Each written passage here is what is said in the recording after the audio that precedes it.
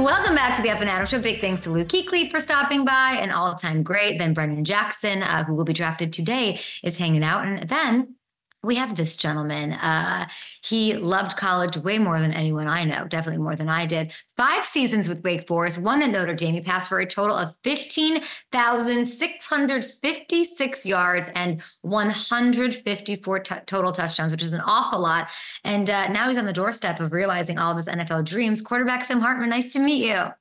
Yeah, nice to meet you. Appreciate you having me on. I have a funny thing to say is I heard everything you said at break, by the way. I could hear it all. So thanks for that. I really appreciate it. It's very flattering. Thank you. I'm so glad to meet you. Listen, you're a Nice to meet total you. stud. It's day 2 of the draft. I'm sure you're excited, maybe even anxious, who knows, to see what team, what city, what you're going to move to and get drafted to. What is the day like when you have these hours leading up to something that's absolutely going to change your life and turn it upside down? What are you doing all day?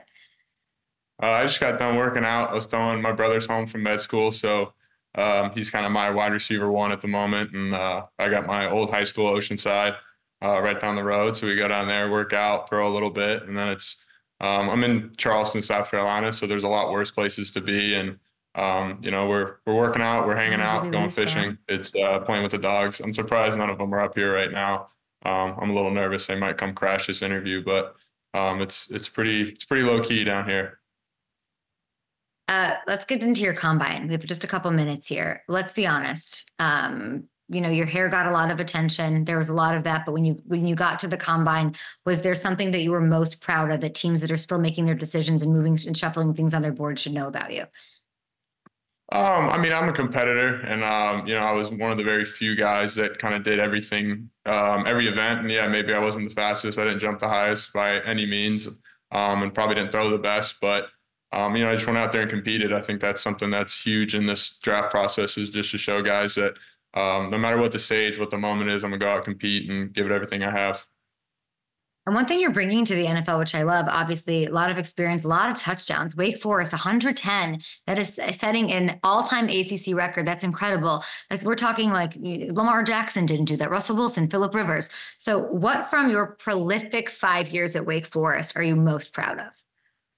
I think it was just a steady climb. I think, you look at Wake Forest historically, it's not a crazy big football school. And, hats off to Coach Clausen, Coach Agerio, and that entire offensive staff I think it's something really unique about that school was that they've had the same coaching staff for so long. And, I think on top of that is my teammates. I think there's a lot of guys that went through that program and are still in the league and are, kind of bouncing around team to team or have stuck with the team. And, I really couldn't have done any of that without the coaches, my teammates, and just the university kind of sticking by me for that entire time.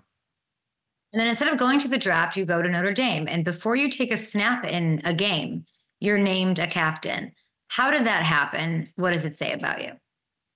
It's my teammates. I think that locker room was kind of very similar to Wake Forest, so I felt like I could gel really easily with them. And, you got Joe Alt on earlier, and, guys like that really helped my transition. And, there's so many different people, the quarterback room especially. I think some of those guys are watching right now back in South Bend, so I got to give a shout out to the quarterback room and Coach Gaduli and everyone, and Coach Freeman just kind of embracing me, for who I was and going in there and trying to be as authentic as I possibly could be with kind of the accolades behind me, but obviously a lot to prove when I showed up.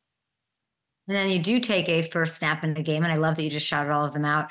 It was in Ireland, right, against Navy, and you just gotten this good luck charm, this necklace. What's the story behind it and what it means to you? Yeah, the rib necklace is, I think it's more about my family and, the people behind me. I know my mom, that's the one who has given me the hair and the good looks. But she was just with me through that whole process. And, like a lot of these quarterbacks in this draft class, a lot of guys have been through a lot. And, it's just a part of the story, just another scar that, you kind of just embrace and keep rolling through, and just shows perseverance and resiliency throughout this whole process that, you kind of need. And not everything's going to be pretty and not everything's going to be perfect, but just kind of another etch on the old story. Wearing that bad boy tonight? Probably not. No, it's kept locked away. I don't want the dogs to get a hold of it and maybe eat it or something. I don't know. Got it. Speaking of a guy who likes to eat a lot, Joe Alt. Let's talk about him. He makes a great guac. I met him the other day. He's great. He was drafted by the LA Chargers yesterday, top offensive lineman taken. I know how good he is on the field. Everybody does. What are the Chargers getting in Alt, the person, the teammate?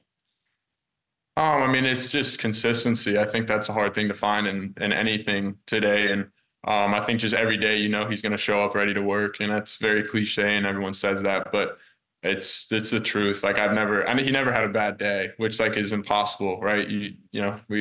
Right. Us hair people, right? You have bad hair days, right? He doesn't have bad days. And it's incredible to be a part of, incredible for him to, kind of see, I brought it up before you could bring it up. It's no worries. We And only so have a it's, minute left. I'm supposed to talk to you about where you're going, Jake DeLow. Like, have you talked to Jimmy Garoppolo and gotten any tips on what it'll be like to take over as just on the way that you look, Sam? Let's just talk about it.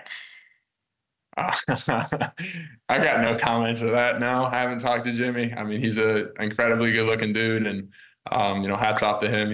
I think he's going to retain the title. I don't know if I'm in his ballpark, but Oh, yeah, no, I think the only person sadder this morning than Kirk Cousins after being bounced for Michael Penix Jr. potentially at 8 overall by Atlanta. I think that person is Jimmy Garoppolo because of what's you're coming for the throne, Sam. I'm totally kidding. Do you want to stay in Carolina? Can we just show? How much time do we have? Like 1 minute? Oh, we're out of time. Sam Hartman, we so appreciate it. Do not forget about us. I don't think that you will. Goodbye. thank you.